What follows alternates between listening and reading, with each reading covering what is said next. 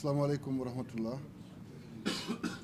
mbokk yi li ñu dajale tey mooy joxe woon suñu position ñun FC 25 ci waxtaan bi nga xam ne njiitu réew mi Macky Sall amooloon na ko démb ak ay taskatu xibaar li ñuy ñaawlu nag mooy dafa am benn décision bu conseil constitutionnel jëloon le 15 février mooy la décision 1C moom mu jógee ci décision boobu le 16 mu ne dégg na li conseil constitutionnel wax li ñu doon xaar moo doon mu tontu ne dinañ woo candidats yi ndax ñun defoon nañ communiqué pour wax ni ci wàllu jongante yi ñu jëm bu dee am na ku njiitu réew mi war a waxal wala ñi nga xam ne ñooy ŋànk mbirum ay jongante yi ñu jëm ñooñu bu ñuy war a waxtaan collectif candidats yi la ñu war a waxee donc ñu doon xaar donc mu tontu ci yàlla def na nag ñu ngi toll presque ci 8 jours ba léegi tontoogu ci ñu koy ñaawlu ndax dañoo jël sénégalais yi en otage dimanche bi la sénégalais yi waroon tànn ci jongante yi jëm ci premier tour bi mu nekk dimanche buy donc nuróojee ak dimanche bu ñuy suul démocratie wu Sénégal te loolu dafa xaw a doy waar mu war a nekk benn xeex bu nga xam ne ñu ñëpp war nañ ko xeex donc li ñuy am yéene def dimanche bi déggoon ngeen ko mooy dinañ wone ni sénégalais yi seen àq ak seen yelleef bu ñu bëggoon nangu seen loxo dinañ ko firndeel dimanche dem ci seen centre de vote yi ak benn bulletin bu rouge pour wane ni lii Macky Sall def mooy dax élection yi ci ay anam yi nga xam ne kenn xamu ko ñun rafetlu wuñ ko ñun sénégalais yi suñu àq ak suñu yelleef dinañ ko sàmmal suñu bopp. di jëm ci dialogue bi muy woote nag moom it bu soobee yàlla ñun dinañ woote suñu dialogue ak suñu ay citoyens sénégalais ndax ñun duñu dem ci dialogue bi nga xam ne lenn rek mooy objectif bi mooy wane ni sénégalais yi maanaam politiciens yi jubóowuñu ci ni ñuy déroulé ndax boo boolee ñi bokkul objectif naturellement ay désaccord ngay am donc ñu koy ñaawlu li ñu bëgg nag mooy njiiti réew mi xam ni ko sartu réew mi mayee ay sañ-sañ noonu la mayee assemblée nationale sañ-sañ noonu la mayee magistrature sañ-sañ te donc conseil constitutionnel bi nga xam ne moom mooy atte ci mbirum élection c'est le juge des élections moom moo ko ne doxalal ni mu waree avant le 2 avril selon le considérant 14 pour que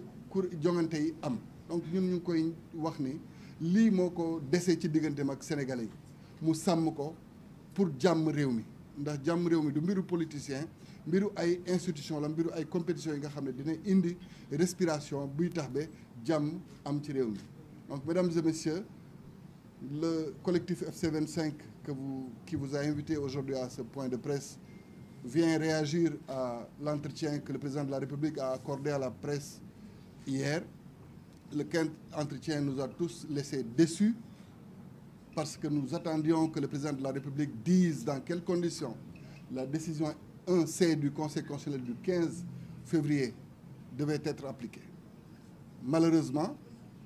contrairement à sa lettre du 16 où il disait prendre acte de cette décision, nous voyons qu'il ouvre d'autres brèches. Il lui était demandé dans cette décision, au plus vite, d'organiser les concertations qu'il fallait pour que le scrutin se tienne et que cela se tienne dans les conditions normales avant le 2 avril. Nous avons entendu le chef de l'État parler de concertation avec des acteurs politiques qui ont des intérêts concurrents. Donc nous pensons que le seul objectif qui est visé dans cette discussion, c'est de montrer à la face du Sénégal que les politiques ne sont pas d'accord sur le déroulé. Donc puisque nous connaissons son objectif, nous refusons d'aller à ce dialogue. Le seul dialogue que nous acceptons, c'est le dialogue que nous avions préalablement défini en disant que les seuls interlocuteurs des autorités en charge des élections, c'est le dialogue entre les candidats et eux. Aucun autre dialogue ne peut être possible. À défaut, nous lui donnerons l'occasion de poursuivre indéfiniment ce mandat qu'il va utiliser sous d'autres formes. Nous avons entendu la communauté internationale réagir hier. Ce qui est dangereux, c'est que dans cette communication, la communauté internationale semble dire que le 2 avril est consacré comme la fin du mandat et qu'ils s'en réjouissent. S'ils veulent aider le Sénégal, qu'ils comprennent que leur responsabilité, c'est d'être aux côtés des Sénégalais qui sont fatigués par cette crise qui ne finit pas. Et que donc cette pression qu'ils ont maintenue pendant tout ce temps-là, pour que les élections se tiennent à bonne date, ou à défaut qu'elles se tiennent le plus régulièrement du monde, que cette communauté internationale continue de comprendre que le Sénégal n'est pas prêt pour le moment à tenir cette élection à cause justement des manquements de l'exécutif sur le déroulé de la procédure. Donc nous les invitons à être aussi mobilisés que les Sénégalais qui vont l'être et que résolument,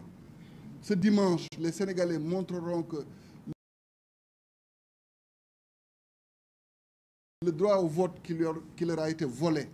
va être consacré par un bulletin rouge pour montrer que c'est la fin c'est le début du processus qui mène à la fin du mandat de Macky Sall qui s'arrête le 2 avril et que résolument son dialogue sera remplacé par un dialogue entre les candidats et les citoyens les lundis et les mardis. Et pour ça, la coalition FC25, donc le front FC25 reviendra avec les éléments d'information qu'il faut.